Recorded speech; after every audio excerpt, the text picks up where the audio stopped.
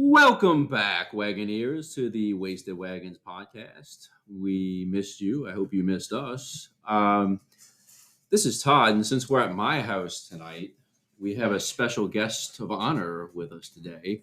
My son Camden is going to be joining us on the podcast, and we have a few questions that we're going to ask Camden based off of his Comic Con adventure yesterday, as well as his take on the San Jose Sharks this season and any other questions that Travis, Mike, and Patrick may have for him.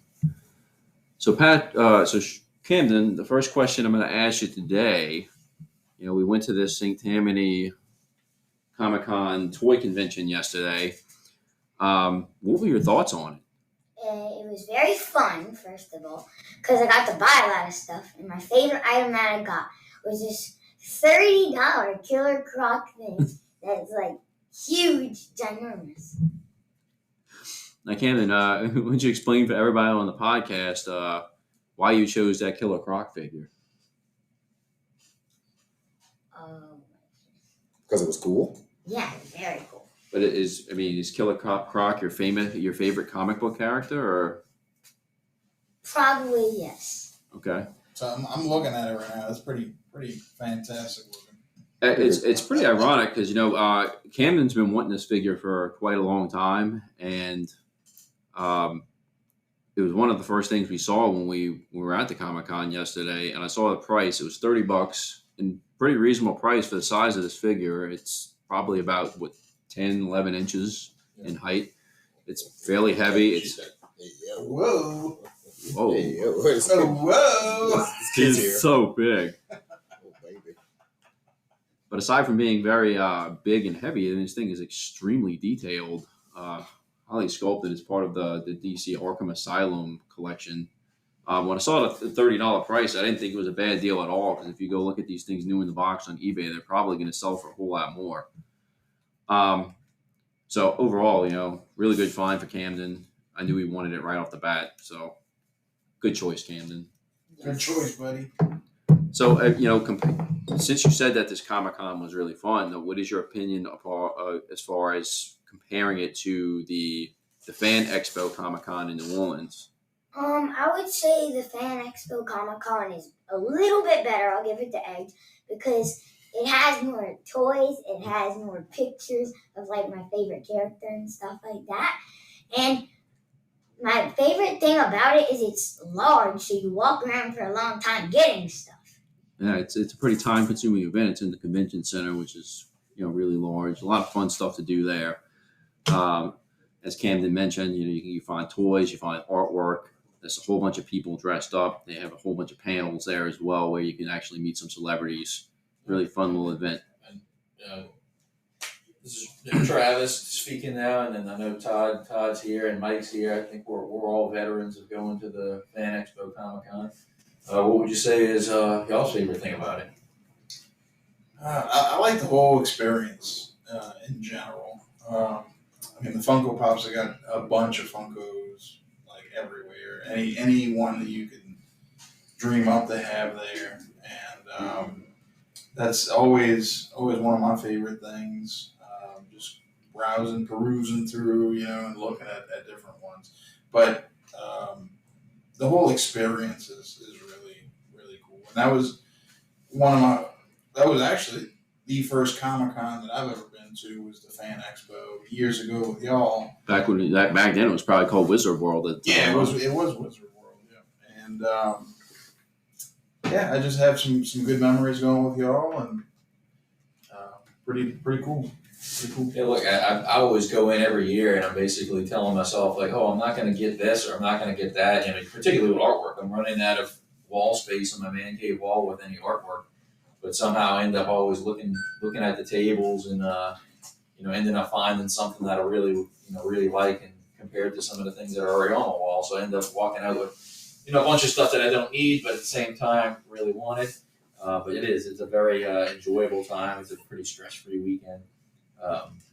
Anyway, that was my favorite thing about it. Plus, there's always, I may have mentioned this already, but there's always a lot of very, very elaborate costumes there. Some of them a little bit more revealing than others. Wouldn't you say, Mike?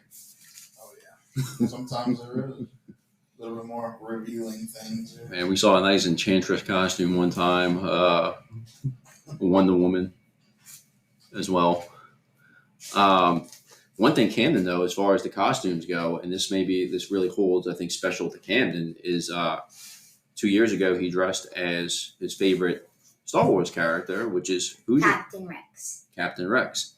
And when he went in this costume, he kind of felt like he was at home. You know, they had a whole bunch of Stormtrooper legions and Clone Trooper legions as well, and Camden kind of felt right at home. Yeah, because the first person we walked in and saw, he was the Spaceballs character, like the Chewbacca Spaceball character, and Barf. he said, "Oh, I know who you are. You're Captain Rex." And I was like, "Oh yeah, that's very convincing that you saw me like the first time." Because the year before that, we went to the campground and nobody knew what it was, so I got kind of. Even a guy who was dressed as Darth Vader at this campground did not know who Camden was. Quite insulting. Camden was very, very upset about that. He left trick-or-treating at the campground a little mad because nobody kind of gave him props on his costume. And, you know, we're like, well, look, there's a guy dressed as Darth Vader. He's for sure going to know who you are. And then Camden goes up to him and asks, who am I? And the guy says, well, you're a stormtrooper. Camden was almost in tears. He was so hurt by the lack of knowledge from this guy as Darth Vader. What a prick. So, needless to say, he goes to the Comic-Con, and you know, it's like he just felt at home there. You know, dressed as Captain Rex. Everybody kind of greeted him. He took some pictures with a few of the clone troopers. Really, really cool experience for him. It's awesome. So I've got a question for Camden. Outside of this $30 Killer Croc, which is a very cool looking figure, what else did you bring home from this comic convention? I brought a little statue kind of looking thing of Larry Fitzgerald. He's one of my favorite football players ever. Also, a Star Wars little figure too, and it's a Kit Fisto, and he's my favorite Jedi. And that was about it. I think. What about the King Kong? Yeah, the King Kong. Yeah, that. It's another big figure. So, Camden, tell us all why you're starting to collect figures of monkeys and apes. Because I want to start a little film about the Planet of the Apes movie and recreate it. So what I'm hearing you say, Camden, is you want to create a Planet of the Apes movie with King Kong and various other gorillas, and not necessarily the gorillas that were in Planet of the Apes. I think I have the perfect gorilla for you. His name's Harambe. Rest in peace. Rest in peace. Ken, is that your favorite movie franchise, like Planet of the Apes, or? I'm gonna give it to Star Wars. Star Wars, okay. It's 9 movies and it's very good. Good choice, Camden. Good choice. So then, what makes you want to do a Planet of the Apes type recreation? I don't know. I think it would look cool because it's a cool movie. 1 and 2, there's a lot of action, and I like action a lot in movies. Okay. And I think you have a nice little collection of 8 figures so So far. you're not Right? into dramas yet? Probably not. No. No. How big is your action figure or collection figure so far? Oh, jeez. We know it's not the size like your dad's collection, but getting there one day. Sure. I have a lot. Camden's got a nice The little ones collection up there. upstairs with all the Marvel characters, that I have a lot of those. You're talking about the big 12-inch figures, right? Yeah. He's got a whole basket full of them. He's got a nice collection of Funko Pops. He's got some bobbleheads. And I might have missed this. Where would the Croc rate in your action figure hierarchy? Top 10 for you? No? 10. Yeah. 10? I'm 10? Okay. No, it's 1 probably. 1. Okay, so is your favorite Yeah, one? Okay. it's definitely the I don't know. Do you think this is better than that Abomination figure that Mima bought you? Well, the Abomination is huge, but that one just has better detail, I feel in it. Just overall, it's off of one of the better movies. And it's very cool to look at. It's got shark teeth, and it's in the prison cell, and that's what I like about it. That's probably some of the best detail on a figure I've seen in a while. Yeah. That's pretty Yeah, like Todd said, you see the price tag of $30, and it might scare some people off, but this one's a very large, detailed figurine, so it's one that you might not necessarily kick yourself later for paying $30. It's like I said, those figures right there are probably new in the box. Are probably selling for over $30 for sure on eBay. Camden, yesterday we were watching the Sharks game together. We're both San Jose Sharks fans as far as hockey goes. I'm sorry to hear that. And right now, based off the way I feel about it, they're looking like bottom feeders. What is your thoughts on the San Jose Sharks, and particularly David Quinn as the head coach? Okay, the San Jose Sharks, they suck right now. But number one, they should have never got David Quinn. I don't know why they did that. Their older coach, or their last, most recent one, he was so much better. He kept Brent Burns. He kept the team alive. Are you talking about Peter DeBoer, or are you talking about Bob Bugner? Because Bugner Yeah. was only there for a year and a half or so. I don't know. Probably the dude who kept Brent Burns is on the team because he was the life of it. I was primarily the general manager, but I think Camden may be referring to Bob Bugner, but I think they let go of Peter DeBoer very, very prematurely. Well, while we're on the topic of the Sharks, the Kings and the Sharks currently share the same record of 0-1-1, and both of our losses are to Patrick's Colorado Avalanche. So each one of us have a loss to the Avalanche so far. I'm sorry to do that to both of you guys, but I don't know what my team's going to be this year. I have an idea of our identity. I have an idea of how we're going to play.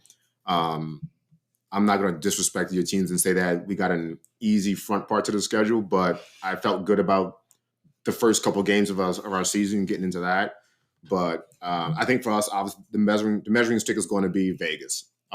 They are reigning champs. They look every bit as good as they did last year, maybe a little bit better. Surprised they got to keep their goalie with all the free agency moves and things like that. So I think Vegas is still going to be the class of our conference and maybe the entire league, but it's early days, as the Brits would say. I got something to say about the Avalanche. They suck. They're not going to win this year. They're not going to win. Well, Camden, who's your favorite player on the Sharks? Right now, Nico Sturm. Nico Sturm, a fourth line this season. Chill out. Did he score or get a point yesterday? I do not remember. I think the Sharks only have 2 points this season. Yeah, the only one that had the goal yesterday was Bordelot. Yeah, so you guys he didn't score against the team that sucks? they're not going to win, though.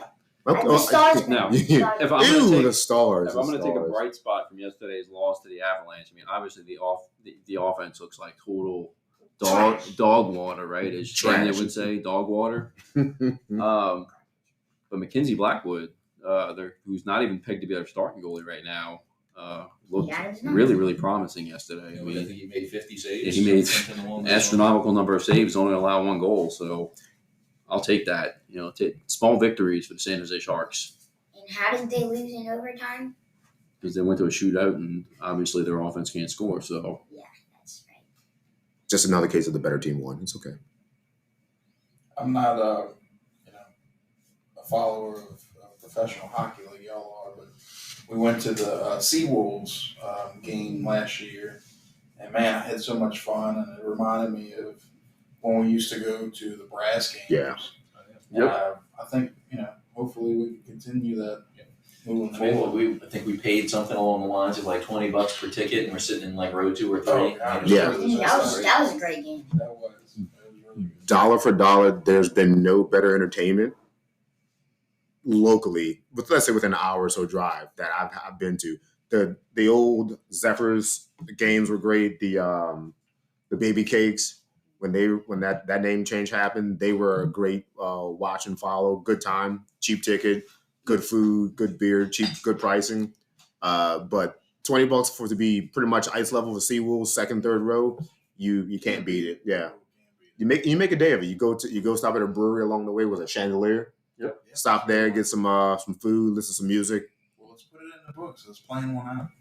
We should. Yeah. I think what I really find special about the minor league hockey is, it's like the physicality of the game is just, I think, exponentially greater than the NHL. I mean, when the fight breaks out, it seems like the refs let it go on for longer than in an NHL game. NHL Well, let's be honest here. These guys are not getting paid NHL salaries, so they're really just out there to play for the love of the game, and you can just really see the heart of the players in this game. Yeah.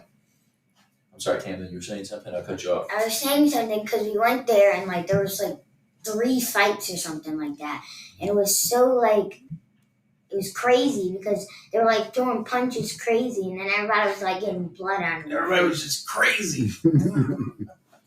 Yeah, I think Fist fights. the game we went to, we saw 9 goals, 3 or 4 fights. It was a It show. really was crazy. Yeah. You're right. It was crazy. It was nonstop I entertainment. forgot who won. Since Mike is saying that he doesn't follow professional hockey, maybe the Seawolves get him interested in the team and he latches on to a team. I hope that is the case. I really, man, it was fantastic. Mike, do you have ESPN Plus? Yes, I do.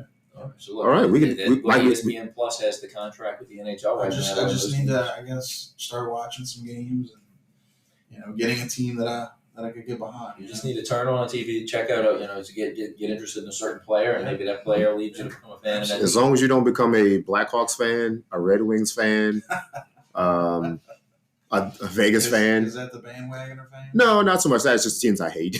Yeah. You can support anyone but those 2 or 3 teams. I don't really care. Fair enough. Maybe you should pick up. You might want to check out the Florida Panthers. Mm. Okay. Very good team. They've got a very polarizing star in Kachuk.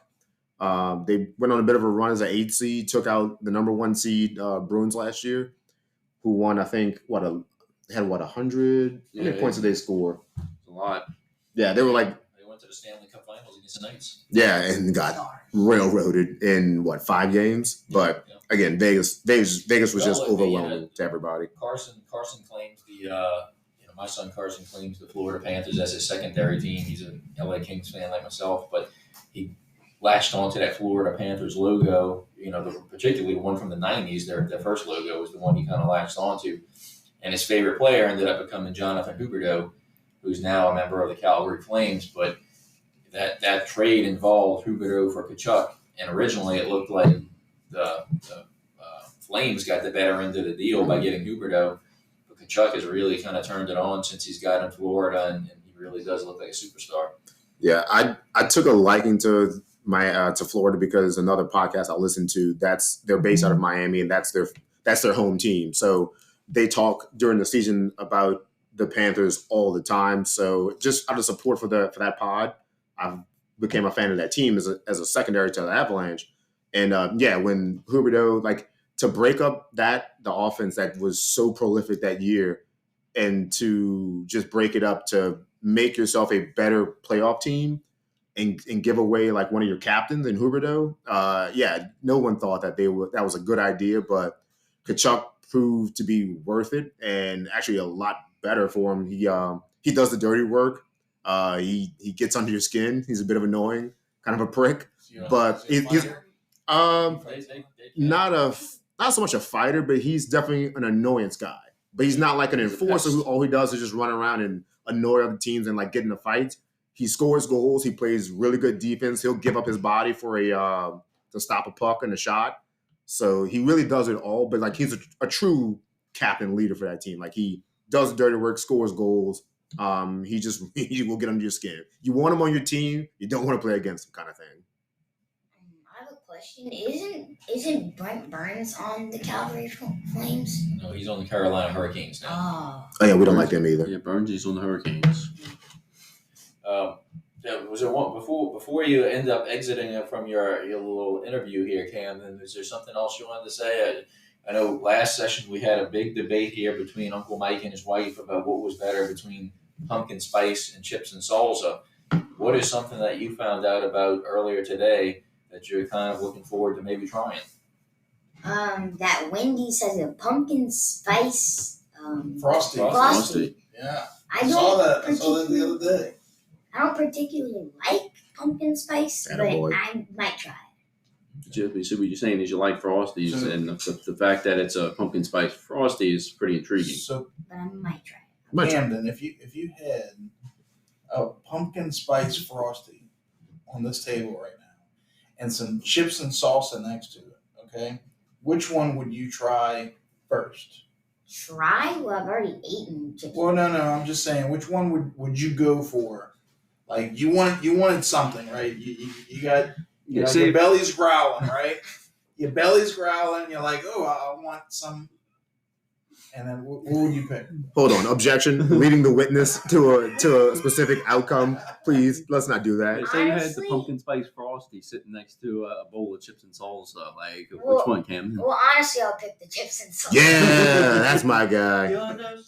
You're invited. No son of mine. Look, chips and salsa on TV right now. For that answer, Ken, you can come back on the podcast. You can trash my Avalanche anytime you want, as long as you keep agreeing with chips and salsa. or pumpkin spice. So what we are saying though is that next podcast somebody needs to make a run to Wendy's and get us some pumpkin spice frosties. I will get some. Or maybe we do a road trip and do like a little short sample it, a little taste test. Maybe.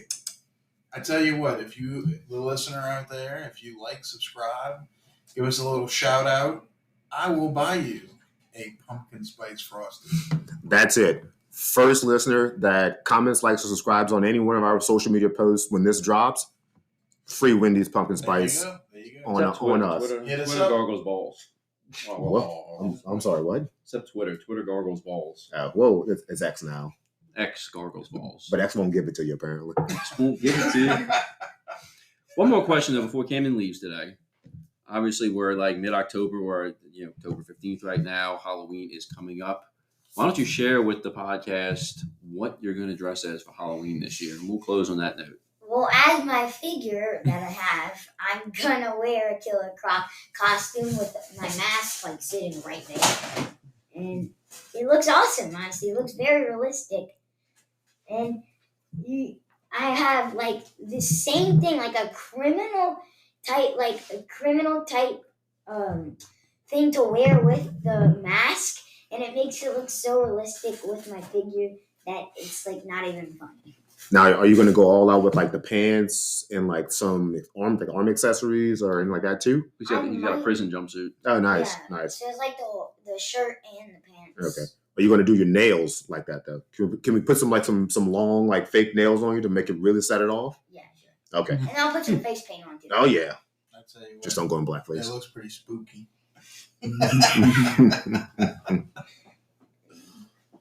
All right, Camden. Well, thank you for joining the podcast. You are a great guest this evening. We hope to have you on in future times as well. And Absolutely, we all enjoyed having you here, and very well spoken, very good stuff, good content. we hope you have a happy Halloween and that everybody at this Halloween recognizes who you are. And if they don't, be sure to tell them. Okay. Thank y'all for letting me come in and do this.